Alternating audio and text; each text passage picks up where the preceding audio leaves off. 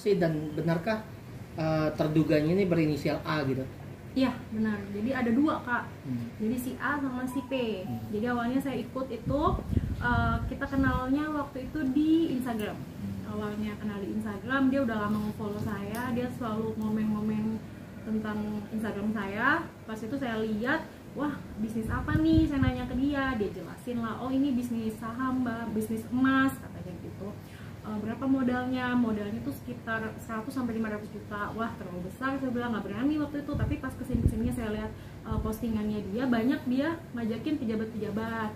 Akhirnya saya udah nggak nanyakan lagi.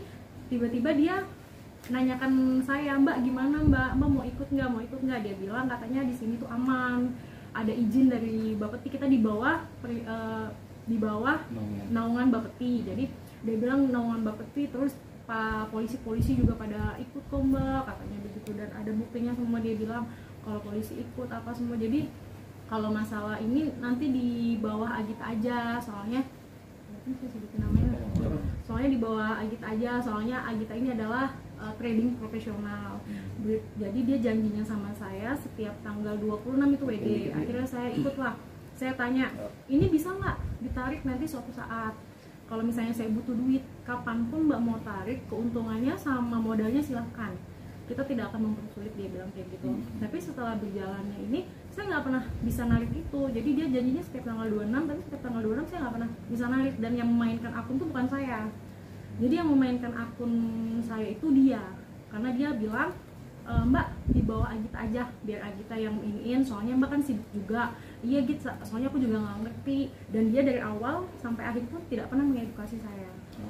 Berarti sempat benar nggak sempat dijanjikan dengan keuntungan di sana? Iya, ada semua buktinya saya pegang. Jadi dia janjikan saya keuntungannya 50-100, malah lebih dia bilang kayak gitu. Yang penting mbak masukin di awal 500 dulu. Jadi saya sudah masukin di awal 400 juta. Tiba-tiba berapa bulan dia minta top up lagi, sampai di akhir tanggal 7 bulan 3 2022 saya tambah 50 juta. Iya, ada naikan kita. Ini bukti transaksinya dari tanggal 25 saya masukin sampai terakhir, jadi totalnya 1,925. Enggak sempat nanya dulu ke Mas Okan nih soal bisnis itu seperti apa gitu? Oh belum. Itu karena kan saya di Papua, jadi di sana pun juga dulu koneksinya agak susah sih. Karena pikirnya kan aman karena dia bilang dijalanin, dibantu, di apa gitu loh. Di bawah Bapeti. Ya. Tapi Mas Okan sendiri sempat mengetahui kan untuk ya kita saling tahu, cuman kan kalau masalah kan kita nggak tahu semuanya. Selama belum cerita pikir aman-aman aja kan.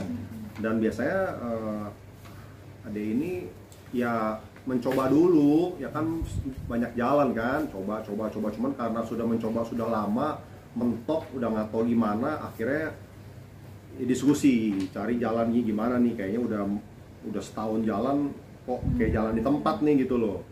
Makanya ya kita bantulah sebisa kita bagaimana supaya, soalnya uang ini bukan uang nemu kan, uang keringat terus dipakai mau untuk sekolah gitu loh. Nah, kan kasihan kan, jadi uang yang dikumpulin buat sekolah ini nggak bisa dipakai. Karena dia bawa nama jenderal juga kak, jadi dia bilang aman, ini di bawah Bapeti, dan ini juga nasabah kita juga kebanyakan katanya polisi, sampai ada chatnya juga nih. Semua lengkap semua. Nasabah kita semua polisi, sampai dia untuk nipu saya apa, sampai saya kemarin tuh sudah sempat lapor ke polisi juga ini surat.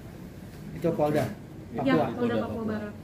Tapi agak gantung sih, karena dilimpahkan ke Bapeti jadinya. Saya udah proses di Bapeti sampai kita mediasi pun juga, tapi tidak ada titik terang. Ini saya waktu surat mediasi sama bukan Bapetinya, malah waktu pas kita mediasi itu dari pihak Bapetinya nggak ada. Jadi kita dari perusahaan JFX seperti naungan di bawahnya ini untuk pengawasan dari mereka. Ini surat mediasinya lagi.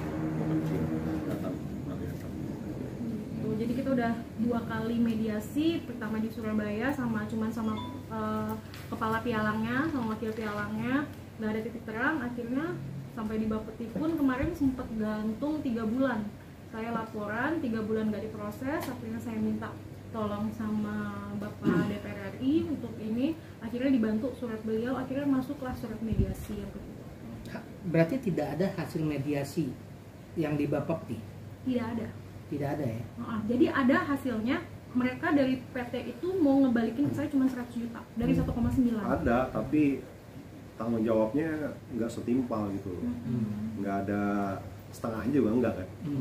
Sedangkan yang maintain akunnya kan juga mereka gitu. Iya, jadi iya maksudnya karena mereka nego kayak begitu kan, berarti kan dengan kata lain mereka mengiyakan kan ada kesalahan.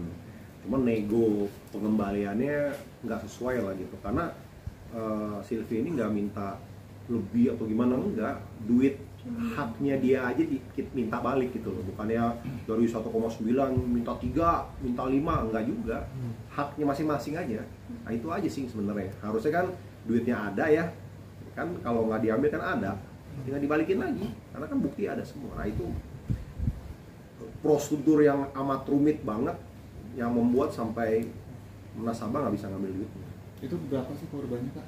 Banyak Kak. Kalau untuk sebelum kasus saya itu sekitar akhir tahun 2020 kalau nggak salah 2023 awal itu sempat ada demo. Jadi sebelumnya tuh mereka tuh juga sempat lapor kemana-mana, nggak ada titik terang. Akhirnya mereka coba demo sama orang LSM, akhirnya dibalikin. Semuanya 3 hari. Semua Semua korban.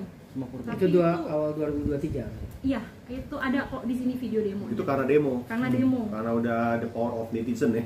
Karena sudah viral, akhirnya terjadi kesepakatan. Ini juga ada yang hubungin saya, korbannya lagi sekitar ada 5 korban yang hubungin saya, dan itu rata-ratanya ada yang 500, ada yang 600, 220, 300. Berarti kalau pengembaliannya sendiri kalau setengah tahun tuh untuk nominal nggak terlalu gede, dan baru dibalikin dari bapak ini sendiri. Mereka belum balikin. Bukan dari mereka Bapepti. nego mau balikin 100, tapi dari pihak Sylvie-nya nggak nerima karena nggak sesuai lah.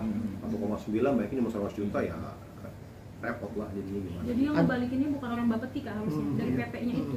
Ada rencana nggak sih untuk ini kan Polda Papua Barat stuck, mungkin bisa juga masuk ke Mabes gitu Bang? Iya, ini rencana pengacara saya udah nyurat untuk ke Mabes untuk dilimpahkan lagi kasusnya ke Mabes untuk dilanjutkan lagi, karena tidak ada kejelasan. Dari Bapepti pun juga begitu gitu loh Pak. Makanya ini sampai si Agita pun bilang, Mbak, nasabah kita sampai 2 sampai 10 M kok Mbak, bahkan jenderal di Mabes Polri. Jadi dia sama nasabah-nasabah yang lain pun selalu membawa membawa polisi dan jenderal-jenderal gitu. Jadi buat meyakinkan nasabah yang lain untuk ikut ke dia. Cross check nggak? Maksudnya kalau untuk korbannya ternyata emang ada nggak dari kalangan dari aparat gitu atau? Ada.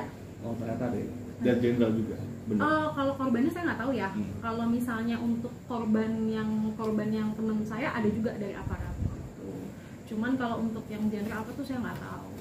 Gitu. Jadi dia sering flexing juga sih di medsos. Sampai kasih tunjuk uang, dia foto sama bapak jenderal ini, bapak itu. Jadi supaya meyakinkan nasabah kalau bisnis dia sama dia tuh aman. Saya nggak tahu masalah PT-nya bagaimana, cuman itu kan oknumnya gitu. Karena saya sama sekali nggak pernah diedukasi Mas. Apa nih plannya untuk bantu adik sendiri? Ya plannya ya membantu supaya mereka lebih atensi, cuma memahami aja kalau kita sama-sama kerja kan, sama-sama menghasilkan uang gitu loh. Jadi kita sih simple sih, yang bukan hak kita ya balikin, gitu aja sih. Nah mudah-mudahan apa yang kita perjuangkan ini bisa berbuah hasil gitu loh. Karena kan ya kita kalau keluarga gimana sih, saya bantu aja sebisa kita, semaksimal kita bagaimana. Mudah-mudahan dengan bantuan teman-teman media beliau bisa mendengar lah gitu loh. Kalau kita butuh perlindungan hukum ya, perlindungan, atensi, arahan supaya kita ini nyaman gitu loh, berusaha di Indonesia, mau mencari nafkah atau apapun gitu. Tapi komunikasi sama PT itu atau sama si A sendiri masih tetap atau tidak Mbak? Atau dia ngeblok? Dia ngeblok saya. Jadi sempat waktu itu dia di Polda Papua Barat, dia menghilangkan, katanya sih handphonenya hilang. Jadi dibilang untuk penyidik dia menghilangkan barang bukti gitu. Jadi nomor saya diblok. Saya sempat berhubungan itu di tahun 2022 pertengahan, itu terakhir hubungan waktu mediasi di Surabaya. Ketemu lagi pas di saat di Jakarta kemarin, mediasi pas di Jakarta yang di bawah Bapepti itu. tapi ya nggak ada hubungan apa-apa sama sekali. Dan kebetulan si Agita ini wakil pialang, dan yang satu lagi si Putu kemarin dia sempat ini klarifikasi di Tribun News, dia bilang saya nggak pernah lapor ke PT-nya, saya nggak pernah menghubungin mereka kalau misalnya oknum si A ini ada masalah dengan saya. Katanya dia nggak tahu kalau ada nasabahnya adiknya Okam, tapi saya bilang tapi di sini namanya si Putu kok gitu sama si Agita gitu. Dan ada videonya pun saya berhubungan sama mereka, ketemu sama mereka pun. Oke, melihat dari kasus ini ya kak, mungkin kakak sendiri bisa kayak bang kakak sendiri bisa apa nasihatin atau tukar, maksudnya untuk konsep kayak gini kan kita nggak akan pernah tahu ya sistem kayak gini sendiri juga biasanya kayak ada penipuan kah atau seperti ya intinya adalah segala usaha di dunia ini pasti ada resiko. Semua bisnis ada resiko gitu. Salah satunya ya yang ada yang jalanin resiko ada. Nah, gimana kita sekarang cari solusi dari resiko itu yang terjadi ini, cari solusi. Pasti ada solusinya. Cuman memang ya di Indonesia ini butuh proses, butuh penelitian, teliti banget, tahu jalurnya, tahu caranya. Kalau enggak ya susah gitu. Kayak dengan sekarang kan zaman sudah terbuka ya, media sosial sudah terbuka semua. Jadi kadang-kadang dengan kita minta bantuan teman-teman media, jadi ada pemikiran-pemikiran baru gitu loh, ada masukan gimana caranya sih supaya ini solusi bisa ada penyelesaian ya. Karena kan kita sudah berusaha, kita bukan ujuk-ujuk langsung ke media ngomong curhat, nggak juga, karena sudah setahun ini udah lapor sini, lapor sana, lapor sini, semuanya deadlock. Mereka sempat ditahan juga. Oh ya, kata sempat ditahan 10 hari. Si A sama si P. Iya, si A dengan si P. Seperti sempat ditahan 10 hari, tapi kita nggak tahu gimana koordinasinya, akhirnya ditangguhkan ya gantung lagi. Karena kan kalau sudah ditahan, ya saya sebenarnya kan sudah terbukti. Nggak mungkin dong ditahan itu belum terbukti, itu nggak mungkin. Jadi sempat jadi status tersangka dong jatuhnya atau belum? Sempat, tapi gantungnya kasusnya di kejaksaan. Oh. Tidak mau dilimpahkannya. Jadi dilimpahkan ke kejaksaan, akhirnya kejaksaan limpahkan ke Bapeti itulah. Jadi akhirnya saya ngikutin lagi sampai setahun itu, saya ngikutin proses dari Polda, saya ikutin dari Bapeti, saya ikutin sampai mandat mereka tetap kekeh mau balikin uang saya cuma 100 juta gitu. Dan sempat ada juga kok kak kasus di 2020 sampai anggota DPR RI pun sempat minta Bapeti didesak serius tanggapin dugaan penipuan PT SGB. Jadi nggak cuma tahun saya, tahun sebelumnya pun juga, dan korbannya banyak. Tapi kenapa sampai dibiarkan begini?